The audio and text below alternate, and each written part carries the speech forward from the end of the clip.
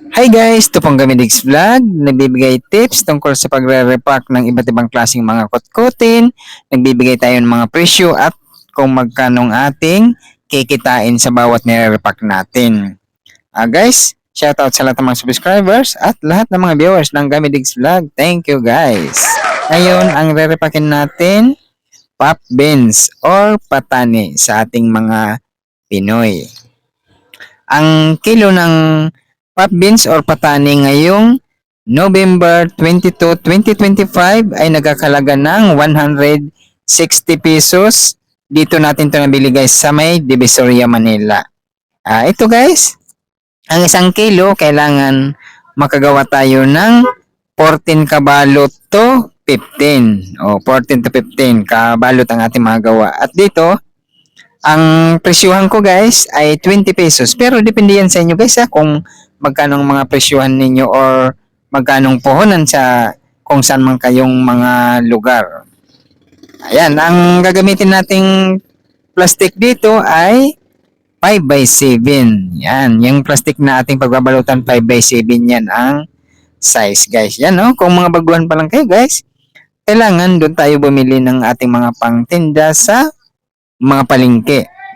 Kasi doon ang mas pinakamurang mga presyohan at para malaki ang ating kita. Ayan guys ito ang ang pagpipili nyo dito, kailangan yung mga kulay niya makintab, kailangan ganito makintab at saka makinis ang plastic.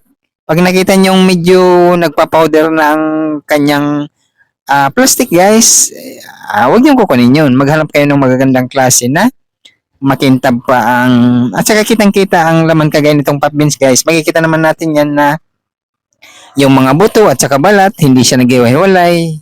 Ganun ang pagpipili niyo dito sa mga pop beans or kahit anong mga kutkotin na inyong bibilhin. Kailangan tayo mismo ang pipili. Alam naman natin kung anong maganda at saka sa hindi na mga kutkotin. Yan nga.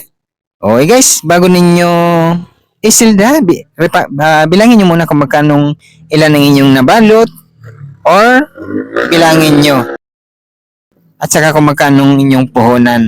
Ayan. Pwede nyo naman bawasan yan or dagdagan bago ninyo isild. Kayo nang bahala magpresyo sa inyong mga nire-repack. Ito guys, ang pag display ko nito, sinasabit ko to sa alamre. Ayan, makikita nyo mamaya guys pagkatapos niyan isild natin.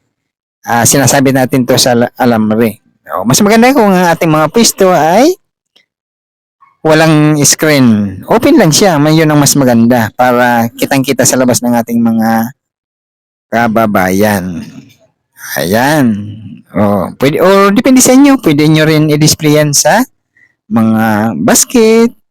Nasa sa inyo na yan kung paano nyo i-display na makikita ng ating kababayan at saka mabilis mabili. Ito guys, itong pop beans na to or patani, mabili ito sa ating mga kababayan kasi masarap to ang lasa nito.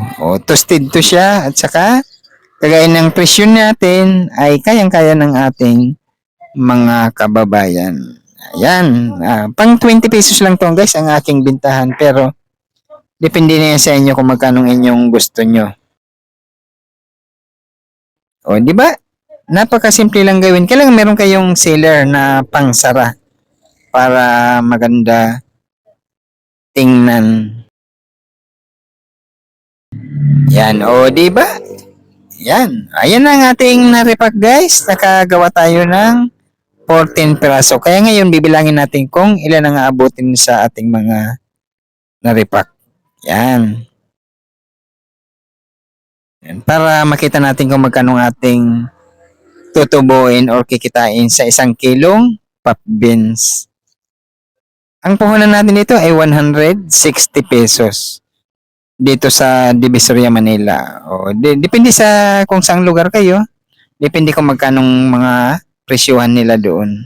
At saka kayo nang mag-adjust ng magkanong inyong bintahan. Ayan.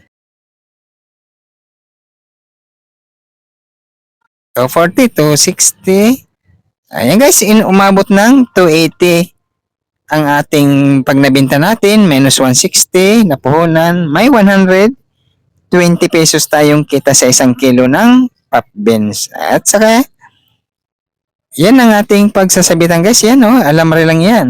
Tapos, sabit nyo, depende sa pwesto ninyo or mga tindahan ninyo kung gaano kahaba ang alamre na pagsasabitan ninyo. Ayan na ang ating nasabit na yan. Guys, nagpasalamat tayo sa lahat ng mga subscribers at lahat ng mga viewers ng Gamnix Vlog. Thank you guys. Kung magustuhan nyo mga ganitong klaseng video, please like, share, and subscribe at gawin nyo rin para lahat tayo ay kumita. Thank you guys. Bye!